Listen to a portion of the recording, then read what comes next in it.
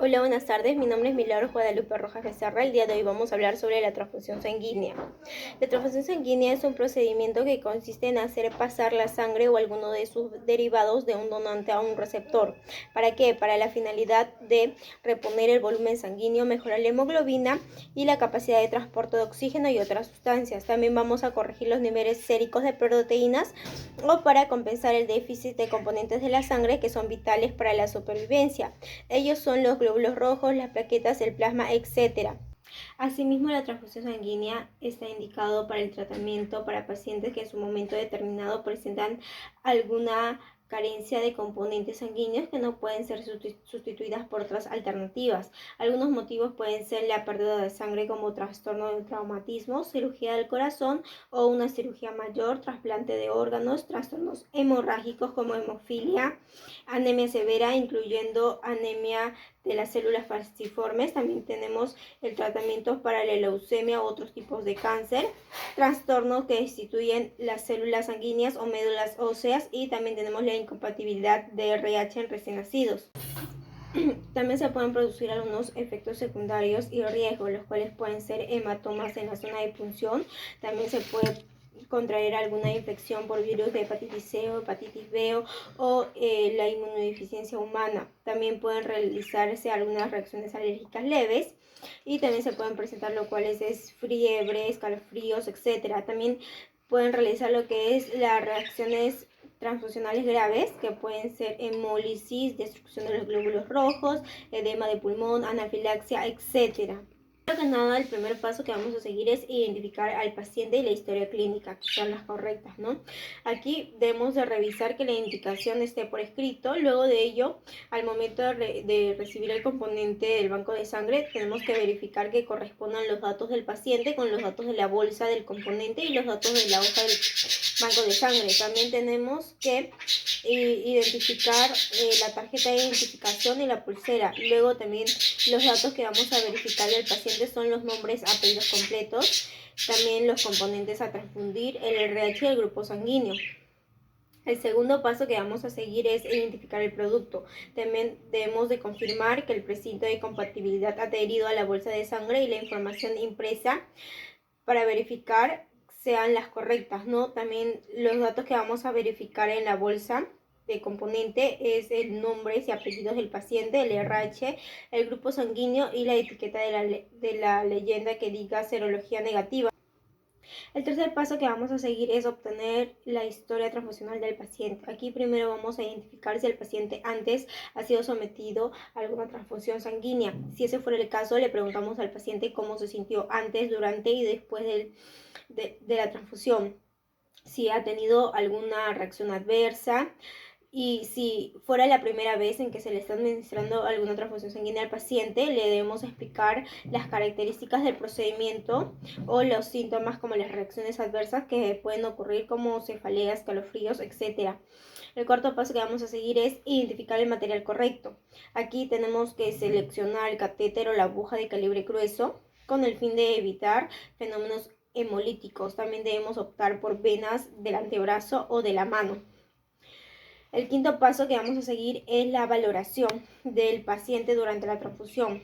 Aquí debemos evaluar con exactitud si se presenta alguna complicación durante la transfusión. Debemos evaluar los signos vitales. El quinto paso que vamos a seguir es la valoración del paciente durante la transfusión. Aquí debemos evaluar con exactitud la respuesta del paciente a la transfusión.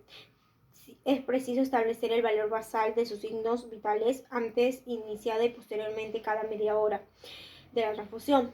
El sexto paso que vamos a seguir es la transfusión de suero fisiológico, tanto si se utiliza una vía intravenosa ya establecida como si se instaurara una nueva para la transfusión. El séptimo paso deberá ya ser iniciar la transfusión a un máximo de 2 minutos. Durante los primeros 15 minutos debemos permanecer junto al paciente. De esta forma, si el paciente muestra signos o quejas de síntomas típicos de reacciones adversas, debemos interrumpir inmediatamente la transfusión.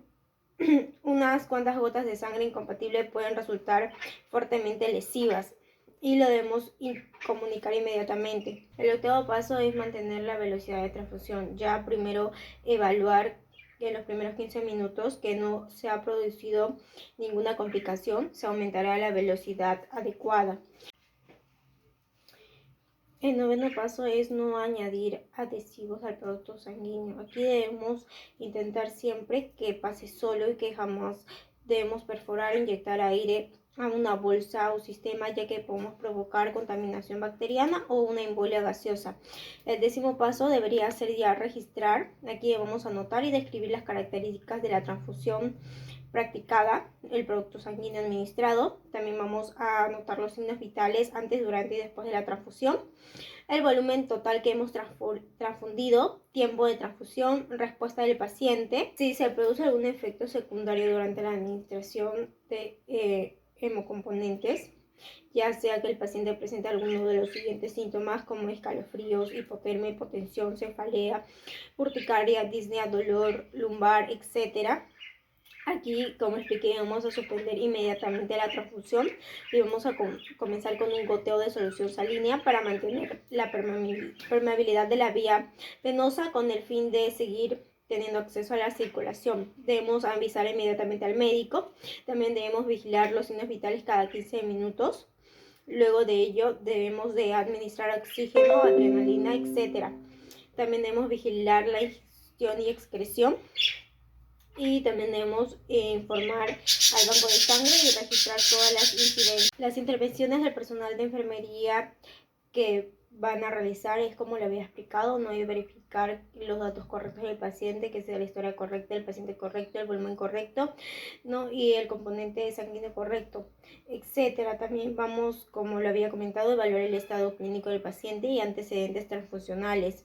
También debemos explicar el procedimiento al paciente, también controlar los signos vitales como la frecuencia cardíaca, la temperatura, la frecuencia respiratoria, la presión arterial y todo ello por si se presenta alguna complicación. También debemos administrar la medicación indicada para prevenir reacciones adversas antes de iniciar la transfusión. También para transfundir unidades indicadas se debe purgar el sistema con filtro antes de contactarlo al catéter del paciente. Debemos seleccionar el acceso vascular adecuado. Debemos establecer los tiempos de infusión de acuerdo al tipo de componentes que se desean infundir. También vamos a verificar que la transfusión transcurre de manera normal y también, una vez finalizado, debemos de limpiar la vía con suero fisiológico para conservar la permeabilidad de la misma. Luego de ello debemos de realizar el registro de enfermería, indicando el tipo de componente, la hora en que comenzó la transfusión, el volumen total administrado, los componentes, los signos vitales antes, durante y al finalizar la transfusión. Sí, y también debemos escribir en la historia clínica del paciente si es que existiera alguna reacción adversa. Una vez que hayamos realizado el lavado de manos correspondiente, nos colocamos los guantes. Luego de ello vamos a seleccionar por qué medio vamos a realizar la transfusión, ya sea por el brazo o por la mano. En este caso va a ser por el brazo. Vamos a colocar una torna de algodón con alcohol. Vamos a limpiar la zona, ¿no? Luego de ello vamos a insertar la aguja intravenosa en la vena. Y luego de ello cerca vamos a colocar una bolsa que contiene sangre. Esta es la bolsa que contiene sangre donada y la vamos a colocar al gotero. Este es el gotero por el cual la sangre va a traspasar lentamente, ya que es el tubo anexado a la jeringa intravenosa, permitiendo que corra por la vena hacia el torrente sanguíneo. Durante toda la transfusión debemos de controlar los signos vitales del paciente para poder observar si existe alguna complicación. Ya está acá colocado, imaginemos, ya está ya.